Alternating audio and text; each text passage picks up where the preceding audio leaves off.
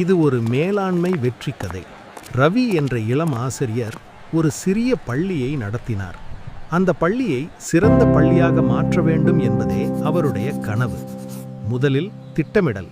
இந்த ஆண்டில் மாணவர்களின் தேர்ச்சி விகிதத்தை உயர்த்த வேண்டும் என்று ரவி திட்டமிட்டார். கூடுதல் வகுப்புகள், பயிற்சி தேர்வுகள், நேர அட்டவணை எல்லாவற்றுக்கும் முன்திட்டம் செய்தார். அடுத்தது அமைத்தல். ஆசிரியர்களின் பணிகளை ஒழுங்காக பகிர்ந்தார். ஒவ்வொருவருக்கும் தனித்தனி பொறுப்புகள் கொடுக்கப்பட்டன. மூன்றாவது பணி அமர்த்தல்.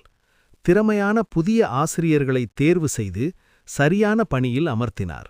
இதனால் பள்ளியின் செயல்திறன் அதிகரித்தது. நான்காவது இயக்குவித்தல்.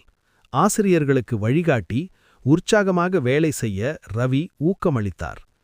ஐந்தாவது செயலூக்கமளித்தார். சிறந்த ஆசிரியர்களுக்கு பாராட்டு, மாணவர்களுக்கு பரிசுகள் வழங்கப்பட்டன.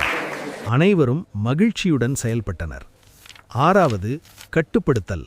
மாதந்தோறும் தேர்வு முடிவுகளை ஆய்வு செய்து பிழைகள் இருந்த இடங்களில் உடனடியாக திருத்தம் செய்தார். இறுதியாக ஒருங்கிணைத்தல்.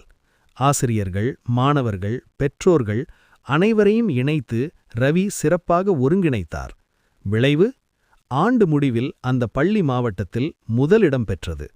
ரவி சிரித்தபடி சொன்னார், நல்ல மேலாண்மை இருந்தால் வெற்றி உறுதி.